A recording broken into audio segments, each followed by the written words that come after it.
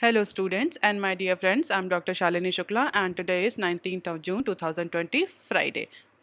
So let's start with Business Standard Daily News Analysis. Inspiration of the day is genius is 1% inspiration and 99% perspiration. In today's discussion, we are going to cover these articles. So let's start with article number 1 given on page number 1. SE seeks Telcos balance sheet. Adjusted gross revenue के case में last hearing में supreme court ने जितने भी private telecommunication companies थी, Bharti Airtel Vodafone, इनको एक bank guarantee के फॉर्म में एफिडेविट सबमिट करने को कहा था, जिसमें भारती एयरटेल और वोडाफोन दोनों ने ही अपने आप को उस एफिडेविट में इनकैपेबल बनाया है रीसेंट टाइम में ड्यूज पे करने के लिए. इन इट्स एफिडेविट भारतीय Airtel told the court that it had paid a substantial part of AGR dues, but for rest of the part it required 20 years of time. Bharti Airtel ने जो next due बचा हुआ है AGR का, जो next part बचा हुआ है AGR का, उसको पे करने के लिए सुप्रीम कोर्ट से 20 साल का समय मांगा है. हालांकि भारतीय एयरटेल का यह भी कहना है कि उसने अपने AGR ड्यूज का एक सब्सटेंशियल पार्ट ऑलरेडी पे कर दिया है डिपार्टमेंट ऑफ टेलीकम्युनिकेशन को. वोडाफोन ने जो एफिडेविट फाइल किया उसमें वोडाफोन ने कहा है कि if Vodafone was force to give bank guarantee the company may collapse and it may impact the jobs of 100 employed people. तो आप एक तरह से कह सकते हैं वोडाफोन ने इनडायरेक्टली धमकी दी है कि अगर वोडाफोन को प्रेशराइज किया गया बैंक गारंटी के रूप में कोई ऐसा बैंक गारंटी सबमिट करने के लिए सुप्रीम कोर्ट में, तो हो सकता है कंपनी फॉल आउट कर जाए, कंपनी कोलैप्स कर जाए, बैंकरप्ट कर जाए, क्योंकि कंपनी के पास इतना फाइनेंशियल असेट अभी नहीं है कि वो इतना लार्ज अमाउंट का ड्यू पे कर पाए. और अगर कंपनी बंद होगी तो बहुत सारे ऐसे लोग जो वोडाफोन में काम कर रहे हैं वो इस पर्टिकुलर कोविड-19 की सिचुएशन में, जहाँ पर इकोनॉमिक रिसेशनरी कंडीशन चल रही हैं, कई हज़ार लोग, कई सौ लोग फिर से बेरोजगार हो जाएंगे. तो अब सुप्रीम कोर्ट में इन दोनों एफिडेविट्स को देखते हुए सुप्रीम कोर्ट ने एक नया फ्रंट ओपन कर दिया. सुप्रीम कोर्ट ने भारती एयरटेल और वोडाफोन दोनों ही कंपनीज ने ये कहा है कि आप अपने पिछले 10 सालों का फाइनेंशियल स्टेटमेंट सुप्रीम कोर्ट के पास सबमिट करिए, जिससे कि ये सुप्रीम कोर्ट एनालाइज कर सके कि क्या आपकी सच में फाइनेंशियल कंडीशन नहीं है, do you really don't possess the financial assets to pay out the AGR dues. और जो नेक्स्ट डेट हेयरिंग की रखी है सुप्रीम कोर्ट ने वो 3rd वीक ऑफ जुलाई रखा है, जिसमें दोनों कंपनीज ने कहा है कि आप अपने 10 साल का, पिछले लास्ट 10 ईयर्स का फाइनेंशियल स्टेटमेंट सुप्रीम कोर्ट में सबमिट करिए, ताकि जितना भी आपने एफिडेविट में बोला है, जो क्लेम किए हैं कि आपने सब्सटेंशियल अमाउंट पे कर दिया है, आपके पास फाइनेंशियल एसेट्स नहीं हैं उस लार्ज अमाउंट का ड्यू पे करने के लिए, यू रिक्वायर 20 ईयर, जैसा कि एयरटेल ने कहा कि एयरटेल को 20 साल चाहिए उस ड्यू को पे करने के लिए, क्योंकि एयरटेल कोई ऐसी कंपनी नहीं जो रातों रात भाग जाए यहाँ से. इसलिए अगर आप हमें 20 साल देंगे तो हम सफिशिएंटली अपना AGR ड्यूज पे कर पाएंगे. हालांकि वोडाफोन ने तो क्लेम कर दिया कि अभी वोडाफोन बिल्कुल एबल ही नहीं है किसी भी तरह की बैंक गारंटी देने के लिए. इसी कंटेक्स्ट में डिपार्टमेंट ऑफ टेलीकम्युनिकेशन ने सुप्रीम कोर्ट से और टाइम मांगा है कि वो इन दोनों कंपनीज के द्वारा जो जमा किया हुआ एफिडेविट है उसको एक्सेस कर सके. मीनवाइल सुप्रीम कोर्ट ने दोनों कंपनीज को ऑर्डर दे दिया है कि आप अपना पिछला फाइनेंशियल ईयर के 10 ईयर्स का फाइनेंशियल स्टेटमेंट सुप्रीम कोर्ट में सबमिट करिए. अगर हम बात करें एस्टिमेशन की कितना अमाउंट ड्यू है, तो हम पहले भी डिस्कस कर चुके हैं. सबसे ज़्यादा जो अमाउंट ड्यू है AGR का वो वोडाफोन के पास ड्यू है as per the department of telecommunication. हालांकि इस जो ड्यू अमाउंट है इसमें भी कंट्रोवर्सी है. कंपनीज जो ड्यू अमाउंट शो कर रही हैं वो कम है, डिपार्टमेंट ऑफ टेलीकम्युनिकेशन का जो कैलकुलेशन, जो एस्टिमेट है वो ज़्यादा है. फिलहाल के लिए अगर हम देखें तो भारती एयरटेल का जो ड्यू है AGR ड्यू वो 43,000 अप्रॉक्सीमेटली 43,000 करोड़ का है. वहीं वोडाफोन का 48,000 करोड़ का, टाटा टेली सर्विसेज का 16,000 करोड़ का. अगर हम बात करें टाटा टेली सर्विसेज की तो वो ऑलरेडी बैंकरप्सी की या रेजोल्यूशन की प्रोसेस में है. अब इन दो कंपनीज पर एक बड़ा AGR ड्यू है as and all this calculation was based on the department of telecommunication. दोनों अपनी कंपनीज का एक सेपरेट कैलकुलेशन है जिसमें वो ये क्लेम करती है कि उनका जो एक्चुअल ड्यूज़ है वो जो डिपार्टमेंट ऑफ टेलीकम्युनिकेशन ने कैलकुलेट किया है उससे बहुत कम है. और जैसे ही ये न्यूज़ मार्केट में फ्लोट हुई, सुप्रीम कोर्ट ने दोनों ही कंपनी से फाइनेंशियल स्टेटमेंट मांगा है. भारती एयरटेल और वोडाफोन आइडिया दोनों के ही शेयर प्राइजेस, स्टॉक प्राइजेस ने फॉल रजिस्टर किया. जैसा कि हम देख सकते हैं कि भारती एयरटेल में -0.5% का और वोडाफोन आइडिया के स्टॉक प्राइजेस में -0.9% का फॉल देखा गया. आप देख लेते हैं article number 2 given on page number 1। Made in India remdesivir may come by end of June. मई के मंथ में जिलियाड ने इंडिया के साथ में एक लाइसेंस एग्रीमेंट साइन किया था, जिसमें उसने इंडिया में रेमडेसिविर को मैन्युफैक्चरिंग करने और बॉर्डरिंग नेशन में उसको इंपोर्ट करने के लिए डील करी थी। और अगर हम रेमडेसिविर की बात करें तो remdesivir is the only drug with an emergency use authorization to treat covid in USA. और यूएसए के बाद बहुत सारी अदर कंट्रीज़ जैसे जापान ने भी रेमडेसिविर को ऑथोराइज़ किया था कोविड-19 के ट्रीटमेंट के लिए। तो एज पर the Business Standard Gilead's remdesivir is expected to come in Indian market by the end of June. तो जो मई में लाइसेंस एग्रीमेंट साइन हुआ था उस पर प्रोडक्शन स्टार्ट हो गया और ये एक्सपेक्ट किया जा रहा है कि लास्ट जून के लास्ट तक India made remdesivir Indian market में हिट कर चुकी होगी। द ड्रग में reduce the average time of hospital stay for Covid patient and improve their recovery time. हालांकि रेमडेसिविर को कोई परमानेंट ट्रीटमेंट नहीं माना जाता है या रेमेडी नहीं माना जाता है कोविड-19 की, but it actually reduce the average time of hospital stay and improve the recovery rates in patient, especially in critical patient. That is why this drug is allowed only for restricted emergency use and for only severely ill hospitalized COVID-19 patients in India. Mildly infected patients पे या जो ऐसे patient जो कि hospital में admit नहीं है, critical condition में नहीं है, उनमें फ़िलहाल रेमडेसिविर को एडमिनिस्टर करने का कोई भी प्रोविज़न नहीं है। The antiviral drug may cost approximately 55,000 for an 11 doses course और 5,000 पर injection, and that cost will be much less the price of import from Bangladesh, जो कि करंटली इंडिया कर रही है, जिसमें जो इम्पोर्टेड ड्रग रेमडेसिविर जो अभी इंडिया में एडमिनिस्टर्ड हो रही हैं उसका प्राइस बहुत ज़्यादा है। जब ये मेड इन इंडिया रेमडेसिविर आ जाएगी मार्केट में तो इसमें 11 डोजेस का जो प्राइस रहेगा वो अप्रॉक्सीमेटली 55,000 का रहेगा और 5,000 पर इंजेक्शन कॉस्ट होगी।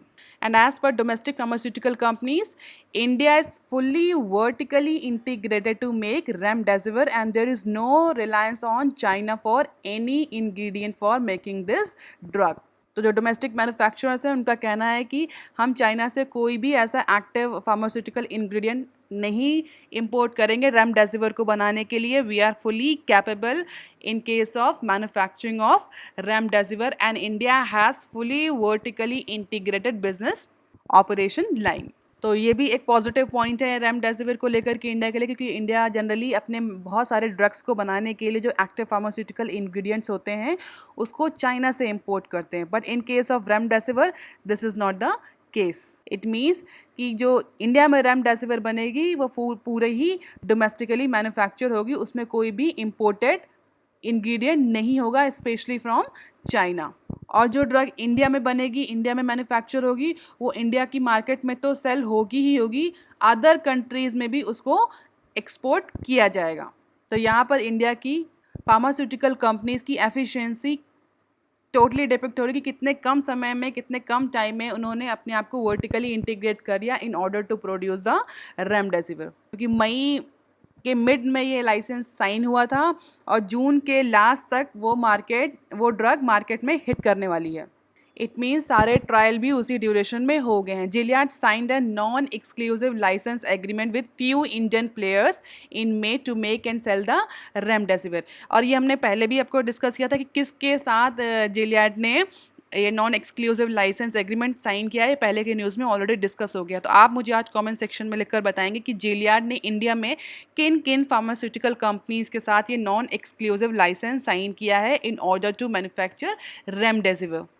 हालांकि इंडिया में DCGI still waiting for stability and toxicology data, but expert जो हैं, इंडस्ट्री एक्सपर्ट जो हैं, वो ये कह रहे हैं कि DGI में take a risk based approach towards a remdesivir, क्योंकि अभी इनफ जो क्लिनिकल ट्रायल है वो इंडिया में नहीं हो पाया है। हालांकि DCGI ने रेमडेसिविर को अप्रूवल दे दिया है, but still DCGI is waiting for stability and toxicology data about remdesivir. So approval ऐसा एक्सपेक्ट किया जाए कि विद इन 10 डेज जो है वो अप्रूवल मिल जाएगा और जून के लास्ट तक ये ड्रग मार्केट में आ जाएगी।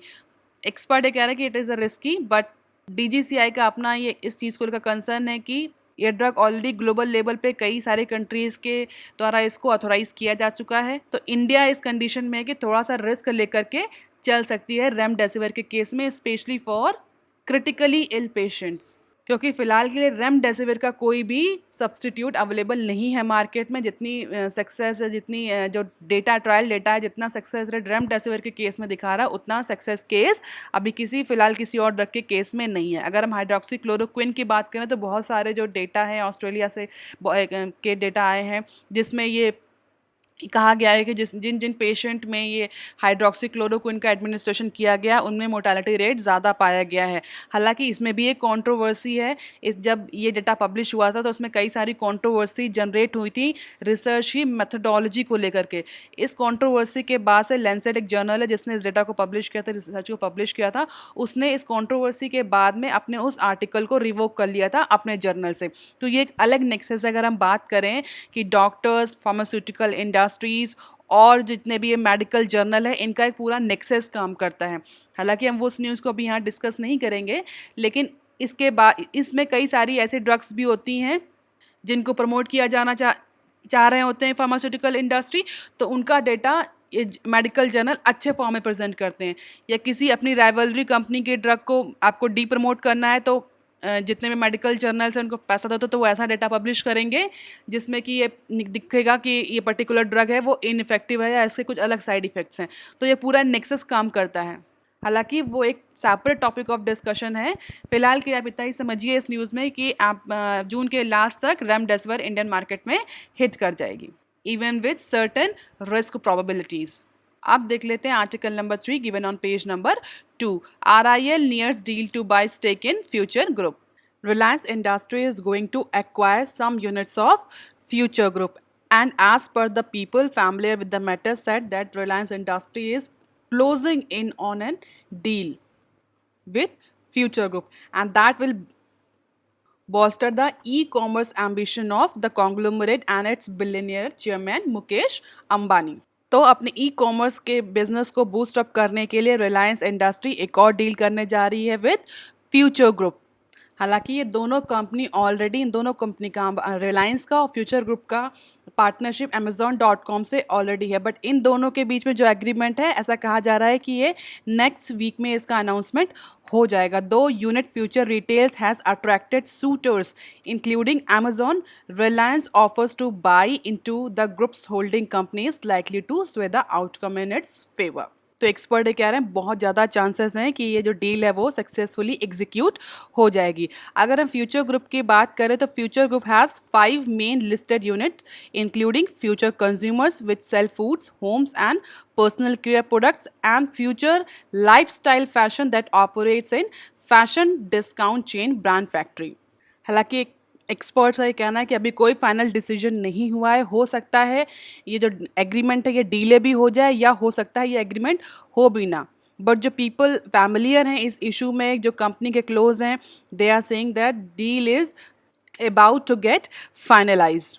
और दोनों ही ग्रुप की तरफ से उनके रिप्रेजेंटेटिव्स ने इस पर्टिकुलर डील पर कोई भी ऑफिशियल स्टेटमेंट नहीं दिया है।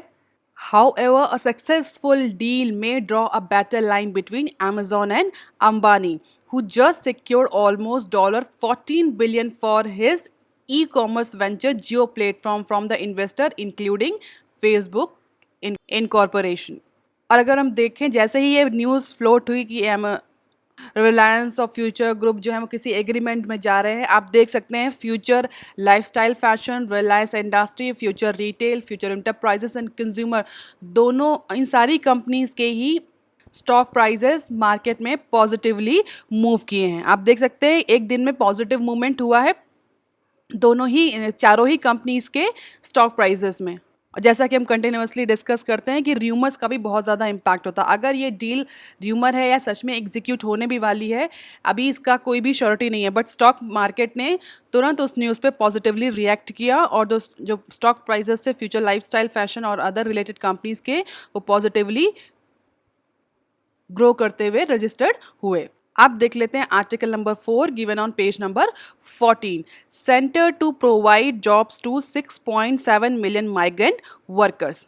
गवर्नमेंट के अकॉर्डिंग, गवर्नमेंट के पास जो डेटा है उस डेटा के अकॉर्डिंग अप्रॉक्सीमेटली 10 मिलियन वर्कर्स जो हैं वो अपने नेटिव प्लेस पे, अपने होम स्टेट में माइग्रेट कर गए हैं अपने वर्क प्लेस से after the national lockdown was imposed in March and, जिसमें से 6 million migrant workers belonging from 6 states, 6 million migrant workers जो कि 6 स्टेट से बिलोंग करते हैं, गवर्नमेंट उनको वेरियस गवर्नमेंट जॉब्स स्कीम्स के तहत जॉब प्रोवाइड करने जा रही है, क्योंकि रिवर्स माइग्रेशन की वजह से बहुत ज़्यादा प्रॉब्लम गवर्नमेंट को फेस करनी पड़ रही है। एग्रीकल्चर पर ओवरलोड बढ़ गया है, जो national rural employment guarantee schemes थी उस पर भी ओवरलोड बढ़ गया है।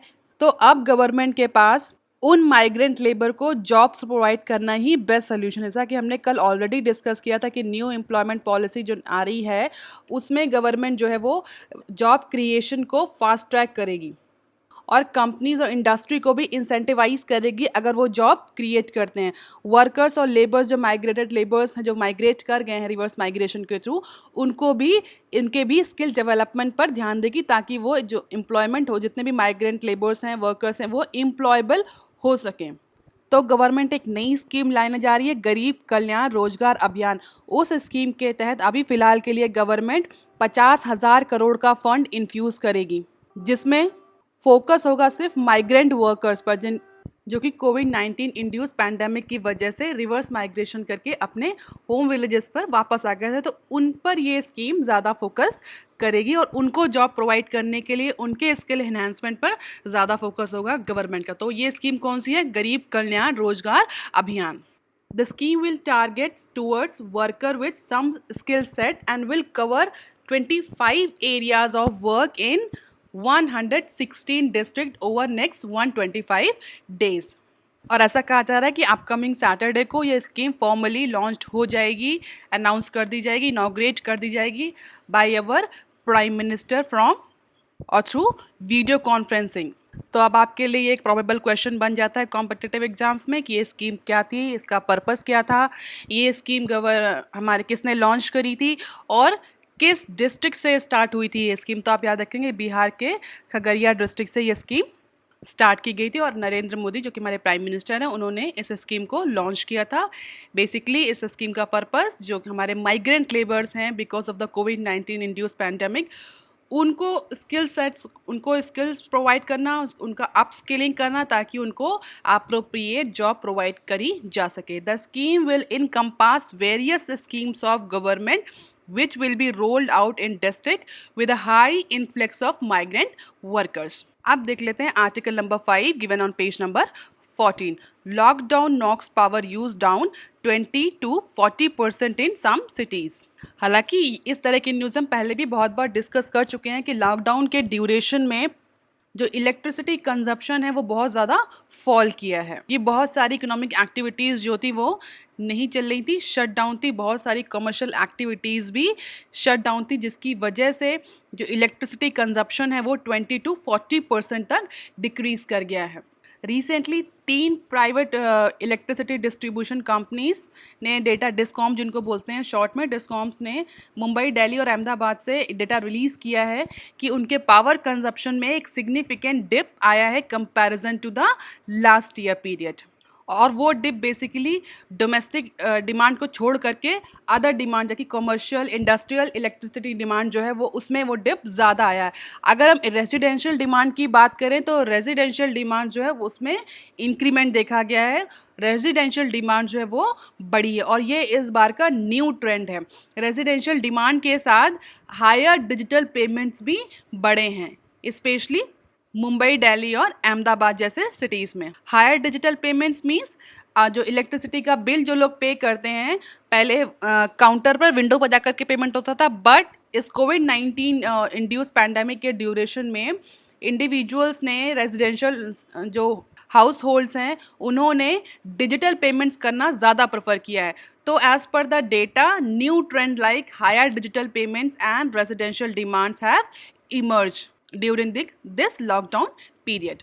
अगर हम बात करें कौन सा सेक्टर कितना कंजप्शन करता है, तो मैंने data directly ministry of statistics and programme implementation की वेबसाइट से लिया है, जहाँ पर फाइनेंशियल ईयर 2018 तक का डेटा अपडेटेड है, जिसके अकॉर्डिंग अगर आप देख सकते हैं तो इंडस्ट्री कंजप्शन सबसे ज़्यादा है। 22% इलेक्ट्रिसिटी जो है वो इंडस्ट्री कंजप्शन पर जाती है, और इसके बाद डोमेस्टिक कंजप्शन दैट इज 24%, यानी फाइनेंशियल ईयर 2018 में ये कंजप्शन का रेशियो रहा है। इसके बाद एग्रीकल्चर 18%, देन लास्ट में आता है हमारा कॉमर्शियल। तो लॉकडाउन के ड्यूरेशन में क्या था, ये कॉमर्शियल एक्टिविटीज़ भी तो टोटली शट डाउन थी, इंडस्ट्रियल एक्टिविटीज़ भी अप्रॉक्सीमेटली शट डाउन थी, जिसकी वजह से 20 to 40% का इलेक्ट्रिसिटी कंजप्शन में डिक्रीज देखा गया। तो ये डेटा आप यूज़ कर सकते हैं अपने किसी भी एग्जाम में for writing your descriptive answers. अगर हम इंडिविजुअल बात करें कि मुंबई, अहमदाबाद और दिल्ली जैसे जो टेरिटरीज़ हैं उन या एरियाज़ हैं वहाँ पर कितना डिक्रीज देखा गया, तो data sources from these distribution company show dip in the consumption for Mumbai compare to last year was 22% in April, while the decline for the May this year was 17%। तो इस बार 17% का इलेक्ट्रिसिटी कंजप्शन में decrease देखा गया इन case of Mumbai. अगर हम अहमदाबाद की बात करें तो the electricity consumed in licence area of Ahmedabad, Gandhinagar, Surat, Dahej, जहाँ पर स्पेशल इकोनॉमिक जोन है, has reduce 35% in the months of May comparison to previous year May 2019। National capital territory की बात करें, peak power demand fell to 44% in the months of April and 15% in the month of May. और अगर हम overall data की बात करें तो हमारा जो 2018 का डेटा रहा है, उस 2018 के डेटा के अकॉर्डिंग आप देख सकते हैं कौन सा स्टेट कितना यूज़ करता है इलेक्ट्रिसिटी कंजप्शन में, रिन्यूएबल पावर में स्पेशली। तो ये डेटा भी आप यूज़ कर सकते हैं कि रिन्यूएबल पावर में किस पर्टिकुलर स्टेट का कितना कंजप्शन है स्टेट वाइज, और रिन्यूएबल पावर सोर्सेज का जो कितना शेयर रहा है इलेक्ट्रिसिटी जनरेशन में, वो भी आप इस डेटा में दे सकते हैं, मैंने पेस्ट कर दिया। तो अगर हम इस न्यूज़ की बात करें तो एज़ पर दिस न्यूज़ इतने बड़े बड़े शहरों जो कि हमें इंडस्ट्रियल हब बोला जाता है जिनको, इन सब जगहों पर इलेक्ट्रिसिटी कंजप्शन में फॉल देखा गया, और उसका बेसिक रीज़न यही रहा है कि जितनी इंडस्ट्रियल और कमर्शियल एक्टिविटीज़ की डिमांड में डिक्रीज देखा गया। क्यों देखा गया? क्योंकि वो सारी एक्टिविटीज़ शट डाउन थी। डोमेस्टिक डिमांड में इंक्रीज रजिस्टर हुआ है और डिजिटल पेमेंट में भी इंक्रीमेंट रजिस्टर किया गया है। आप देख लेते हैं some other news clips. Fitch lowers the India outlook to negative after 8 year. Finally Fitch ने भी इंडिया का आउटलुक निगेटिव कर दिया है और इंडिया की रेटिंग BB- में डाल दी है। अगर आपको याद हो तो पिछले कुछ न्यूज़ में हमने डिस्कस किया था कि फिच ने मूडीज़ ने वह निगेटिव डाला था, इसके बाद भी फिच ने इंडिया की रेटिंग को स्टेबल ही मेंटेन किया था, स्टेबल की कैटेगरी में डाला था। बट अब फिच ने थर्सडे को इंडिया की सॉवरेन रेटिंग को डिक्रीज कर दिया है from stable to negative, citing the weakened growth outlook and challenge from the high public debt burden due to the कोविड-19 पैंडेमिक। तो ये दो रीजंस बताए हैं जिसकी वजह से फिच ने इंडिया की सोवरेन रेटिंग को नेगेटिव टेरिटरी में डाल दिया है। अगर हम बात करें कि जो 3 बड़ी रेटिंग एजेंसीज हैं, मूडीज़, फिच एंड S&P, इन तीनों ने इंडिया का जो इन्वेस्टमेंट है उसको लोवेस्ट रेटिंग ग्रेडिंग ग्रुप में डाल रखा है आफ्टर कोविड-19 पैंडेमिक, जिससे कि जो इंडिया में इनफ्लो होता है FDI का वो बहुत ज़्यादा अफेक्टेड होगा, specially by foreign portfolio investors. अब देख लेते हैं next news. Saudi's PIF buys 2.32% stake in Jio for approximately 11,367 crore. तो अब एक नई डील जियो ने कर ली है सऊदी की PIF के साथ। थर्सडे को ये डील फाइनलाइज हो गई जिसमें PIF ने रिलायंस जियो में 2.32% का स्टेक खरीद लिया है और रिलायंस जियो ने अप्रॉक्सीमेटली 11,367 करोड़ का फंड रेज किया है इस डील से।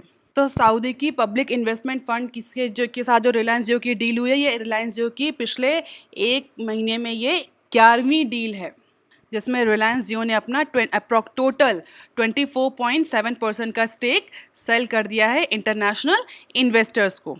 अब देख लेते हैं next news. IT tribunal stay tax demand against Tata education trust. ₹100 crore tax demand on Tata Education and Development Trust was raised last year by Income Tax Department owing to the cancellation of the registration on past exempted incomes.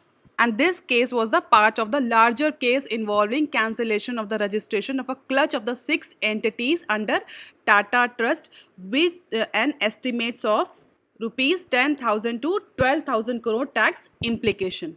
जिसके बाद ये case एक larger bench को shift कर दिया गया था.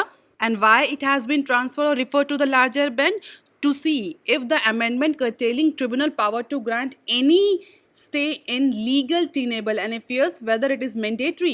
So the matter is likely to be heard on next July 6.